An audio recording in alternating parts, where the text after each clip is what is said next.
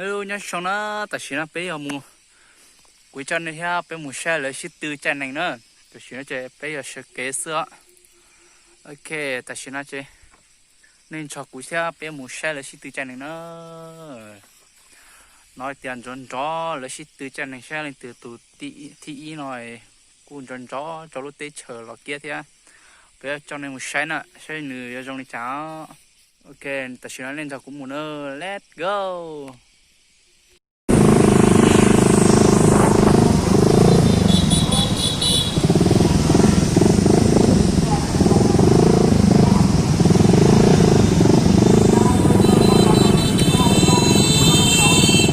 Đường na đi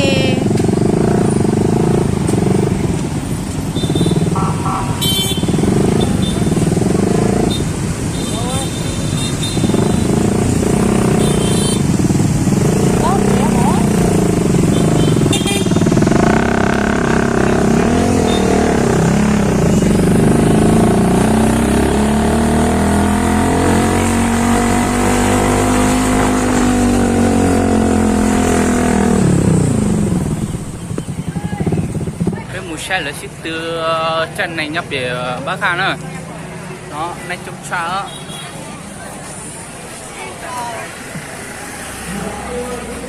và chỉ nó chơi này trông sắp lớn nữa chung rồi alo tin này trông là còn đi bỏ nó không đi được dưới kia xem như nào giờ đầu vé thì ở TV kia cơ. Dưới này. Dưới kia không có. Dưới kia vé được mua à? Tại sao bé? Cái số nó này trong thịt tiền lỡ một con trống cha thế. Tại sao bé một xe là ship từ xe lên chân này xe cho 2 ly trà nữa. Ok, ta chỉ nó cũng cho nên một xe, muốn nó bê ta tàu muốn nó này xe, nó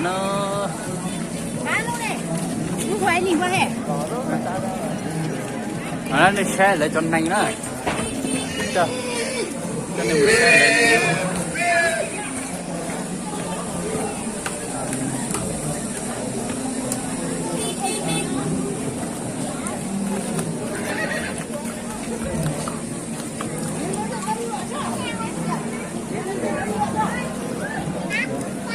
nó chỉ tin trông sắp rồi đi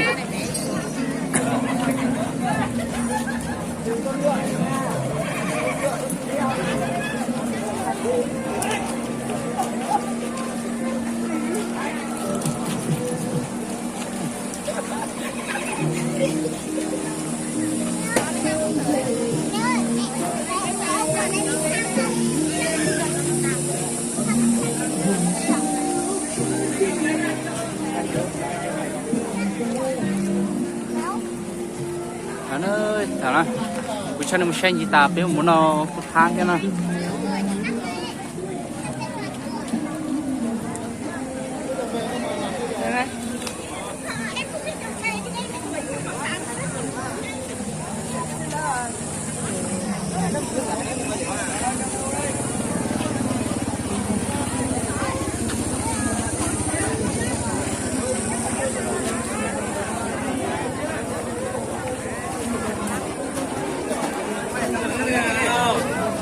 cho nên xe nó lợi mà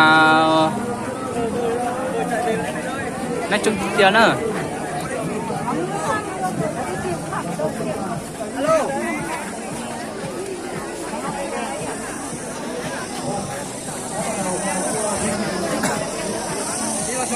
hả? Chị hỏi xem bao tiền vé cho sửa khăn để bỏ nó nữa thì một cái mù nó ai đông ấy nhở này, đi ra ngoài nào đi ra chỗ nào có cao để nhìn đi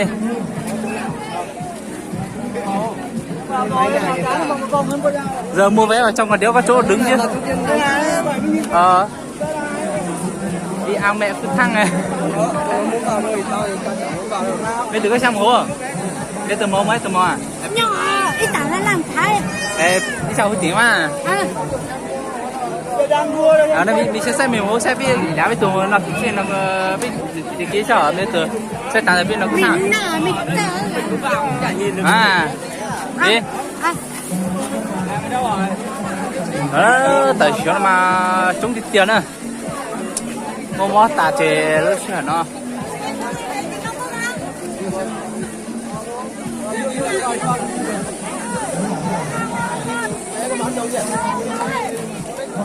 tại sao nó nay chúng đi tiền này nữa nó đi chơi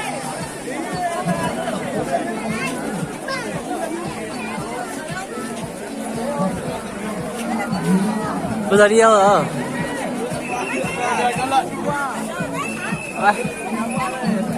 lần trước tao vào đây sắp chết rồi đấy. mấy tụi con muốn xe này hay muốn xe mấy tụi muốn xe mấy cái chỗ trao vào mà đấy mấy tụi mà nó có mấy tụi nó rồi tại mấy tụi muốn xe là à mình chỉ muốn bây giờ muốn nào út thăng là mình nào đâu quá không đi ăn đây thế đi ấy như máy cái sao máy xe mà Cái sáu mùa. Tao sáu mùa đâu. Đấy cái này nó đó. đi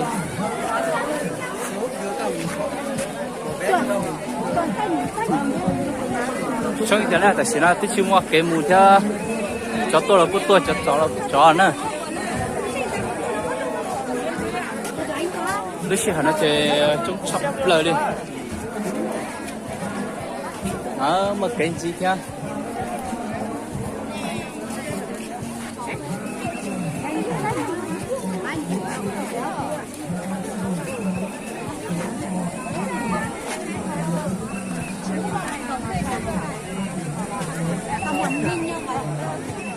đưa 20.000 cho 40.000 cho Âu mình đi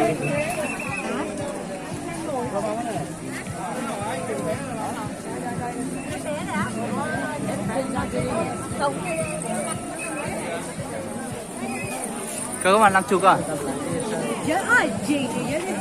Đánh tay có mà 50 cái sự mà hả vậy? Hả?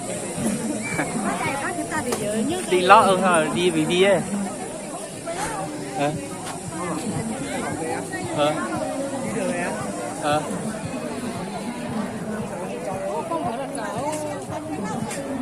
đi có sự mà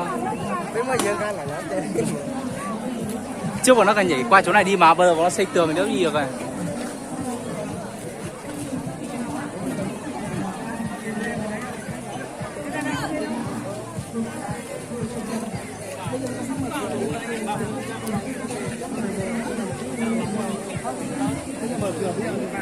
cái xe này super chơi một tia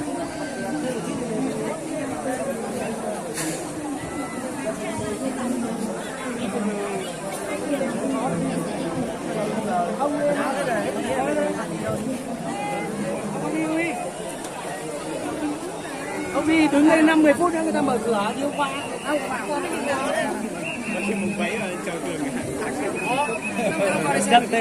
Đâu?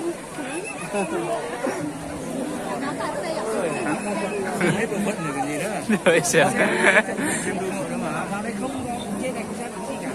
Bật ngồi nó tít đằng kia, ở đây là phải không. Sao nào được ở trên này? Alo. Alo. Người ta ra hết. Ra kia lại ra ở kia kiếm đây. Ăn nhà bò tí vào đây mà xem đi. Quý ơi. Anh kia bảo nó chụp chạp đây thế một cái mùi nhá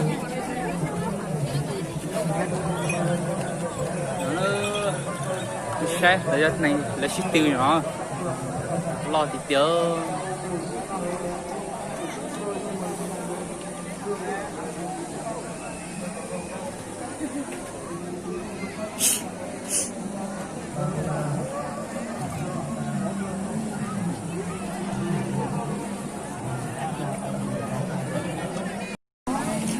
nó tại sao nó chơi đi sai à mùa hồ là trong xa nhân đó là cũng trong cờ nó lỡ đây lỡ xí tư đây cho nó mà xé đi chơi lỡ cũng đây gì thế nào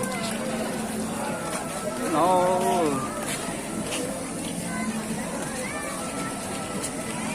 lấy quân chỉ tàu kề cười thế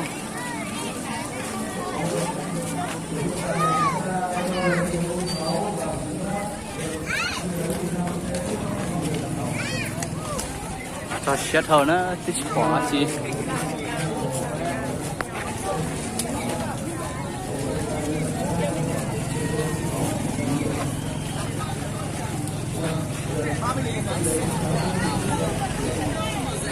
mẹ cần đó nhìn được cái gì à, xem phải hôm qua rồi nhỉ? Đi sớm hôm qua bọn con ra mẹ cháy hết rồi. Hôm qua Nó về hết rồi. Về đến đây bán tanh thì thế là hôm qua mày lại về đây xong mày lại về nhà về Lào Cai. về Mộc Khương à. Bạn kia bảo đi về Mộc Khương đi đường bọ kia. Về đấy tăng ca nó vào tận nữa tức là nó bảo thôi đi về Lào Cai đi về luôn. Thế là hôm qua mày lại xuống Lào Cai tiếp. Đấy. Vãi trưởng mà máu thế. Tiền nữa à? Mẹ còn cái về mình. Thế mà đứa vào nhà. Tiền rồi mình còn ấy. Thế mà đứa vào nhà tao ngủ. Tiền mày đang về nhá. Không về nhưng mà về đấy cũng đi được. Sáng ấy. Sáng liền thôi về đấy thôi à. Thằng em ta bảo là cứ lên đi đổ xăng lên có gì ấy. Tôi bảo thôi để thế cái mai có gì lên. Chịu thật.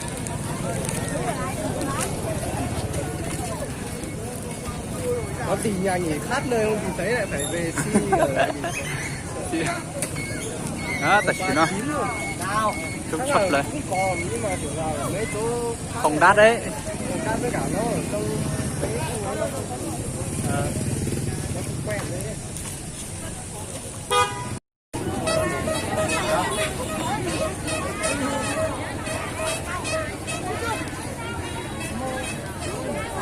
Đây về chỉ là bây giờ mùa hội chợ nữa. Xe lễ hội chợ mua gì? Chỉ có 6 tiền tiêu nữa. Lẽ mà mày đi đâu lượng cứ đi đâu lượng đi xong là tí mình lấy xe gặp nhau trên đến được. Thì bọn mày cứ đi đâu lượng đi.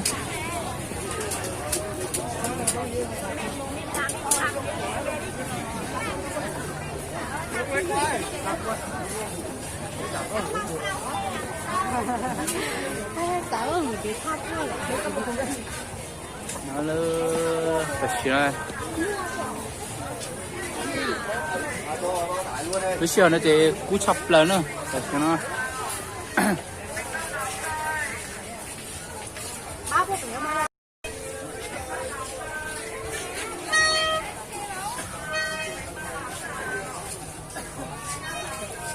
Đi trên này đi.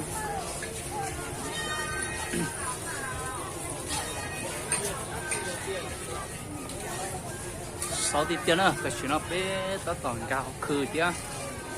Chef phụ má chi quá nó.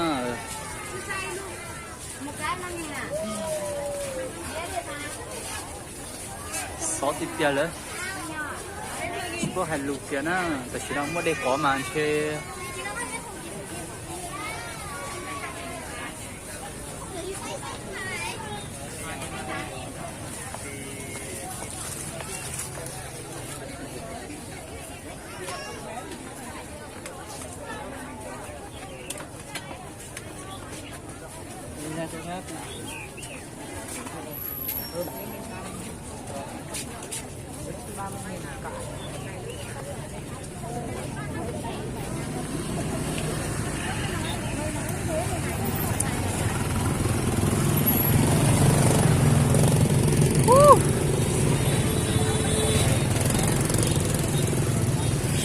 Chớ có hai lùi nữa nè. Hả? Chúng ta còn một cái phần bàn lỗ để vì Chưa? dạ.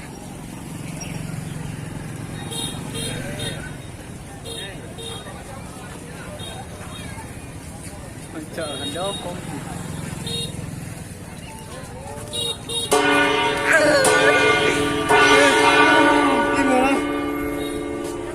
con rồi. Từ ra nó đó đồ là nè. Tụi nó lại cũng còn á. Tụi nó là họ. Về có tiền nữa à? Tụi nhắc tới tụi nó tới nó là thế. ba không à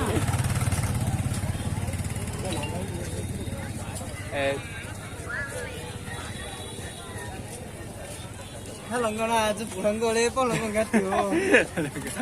有冇知道啊？咱冇啊。都冇。咩到做但見到啦，見誒冇Cũng做nhìn to đấy á. Tôi này chút giờ chị vô vậy à? bây giờ tôi vô lần cái gì đó xa sẽ phụ đất đá. Lông bộ đang có một hai u hai na nữa. Thì nó còn đang có đó á. Gió bên mà.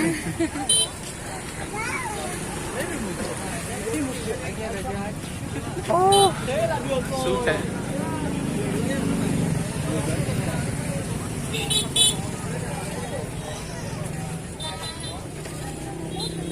Ô, tôi không có tiền xuống à. Bên đây có một gì có ba lô thì. Bây giờ nó biết à?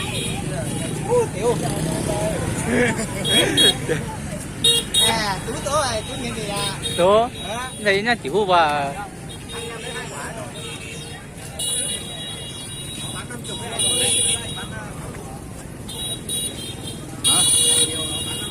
số đi cho ta chỉ là biết cái cả một xe không chờ bị nó rồi truy vào đây cứ như kiểu là đang vào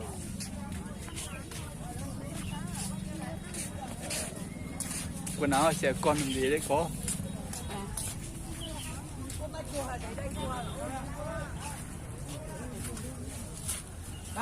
xó thịt tiệt nó là lúc khơi để nó thôi giờ mong mua không chờ ta xíu lấy mà mong lấy tài tài sẽ lấy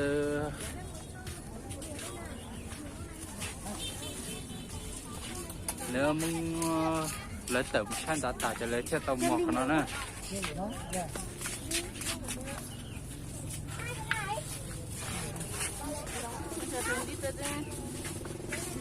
có đi bọn mày cứ đi chơi riêu đi sau tí rồi gặp nhau xe rồi.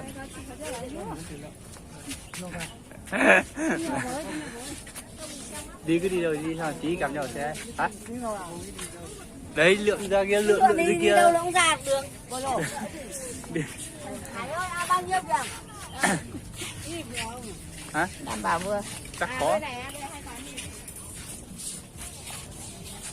ok nóng quá trời luôn nhá mọi người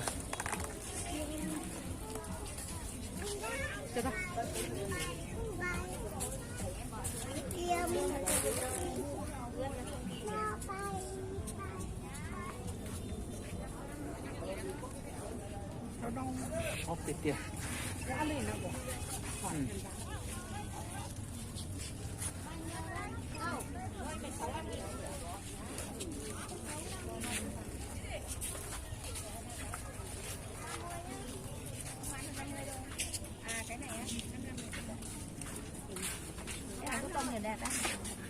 hả? bao nhiêu? Không thì không thì cứ đi lượng tí đã. Cái thả bà bao nhiêu rồi bà để cho? Ôi cái này 4.000.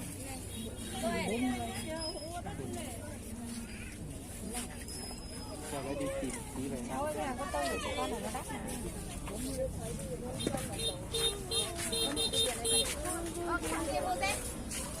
một cái á? À 40.000 là một cái thì nói cháu là cả hai cái á? Sợ thì nó đáng 40.000 đô như hơi rồi. Cho nó trả cho phải. Đấy thế này là mát đi. Nó mát đúng không? Theo quần áo đi.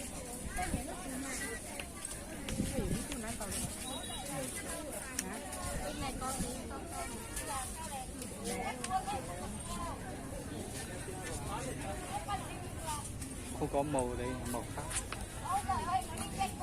Hả?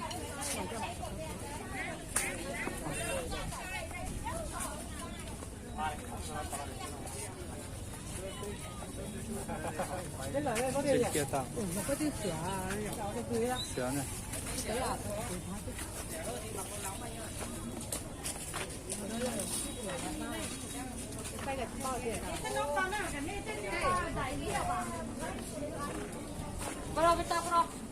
Bây giờ ăn khá đi một phân nào. Đi không đi ra.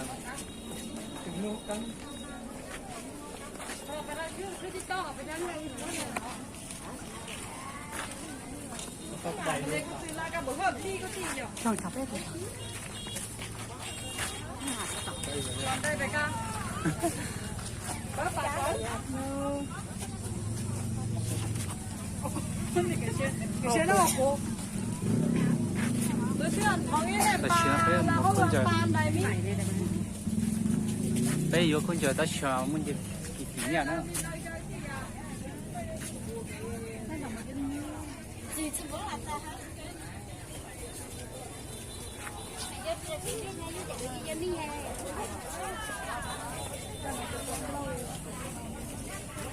Ta chờ bây giờ con chờ ta chờ kỳ nhà của mua cái chiều chờ con coi nhá.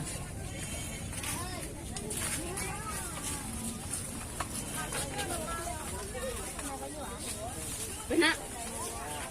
Lấy gì anh?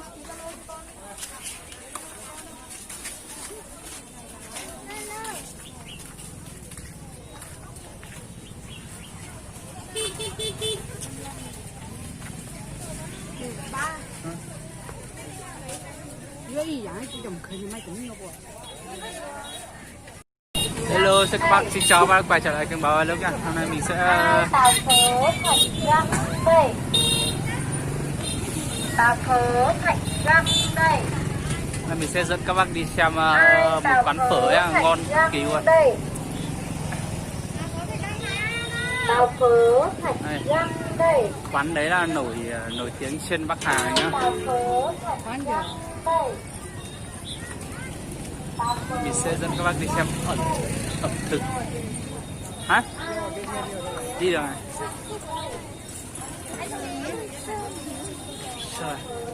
Trời nóng quá các bác ạ. Bây giờ tập trưa rồi. Tầm giờ này đi chợ cứ như kiểu đi làm ấy các bác ạ. Mệt lắm.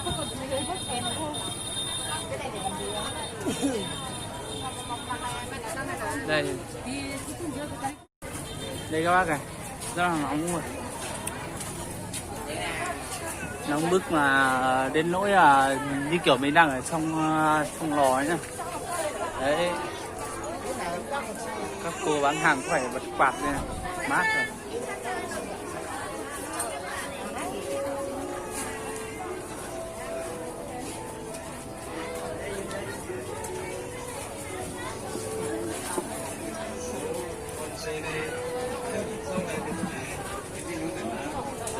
Chợ Bắc Hà này.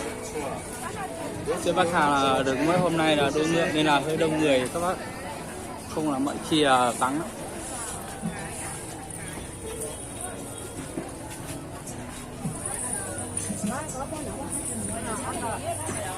Hiểu không? Hiểu không?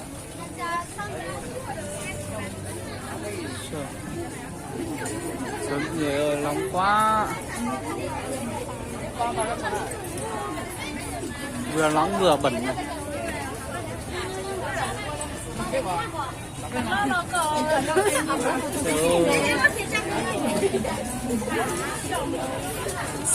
Mùa này cứ phải ngồi ăn chè các bác này. Tầm giờ này ngồi ăn chè là ngon nhất này. Đấy. Rau này, quốc xẻng này, các thứ này.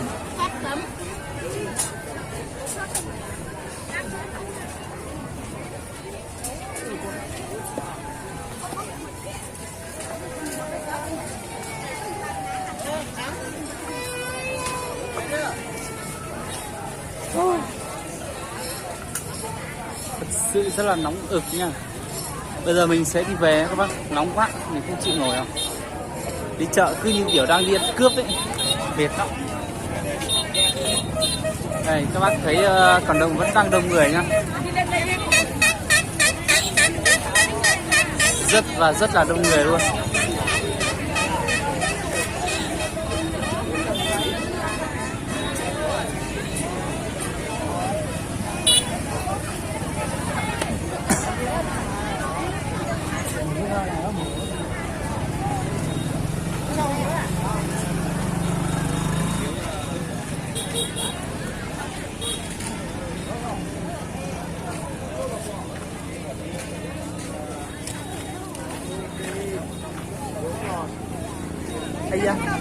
đây các bác cho xem mận.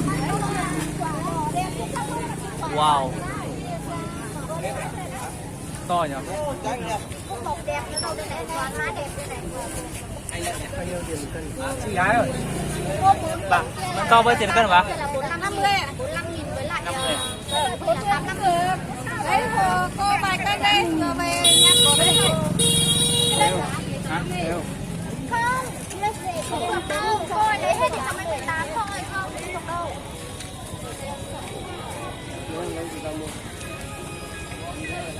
Bốn cân tư này. Bốn cân tư à? Ở đâu đây? Đây là con 5 cân nhỉ? Con người 4 cân thôi. Ở chỗ cổng trưa đây thì 4 cân thôi. Rồi đây các bác mận to, rẻ cực kỳ luôn, cân có 30-40 nhá. Ta chỉ là bé ta tao là nó su nó khá thì tiệt rồi nữa. Này chúng cờ cho phở cá thịt tiêu. Ta chỉ là từ lúc có ong mông của nó bé nó su cho cá thịt chơi đây. Chơi nên giờ bé nó su nữa.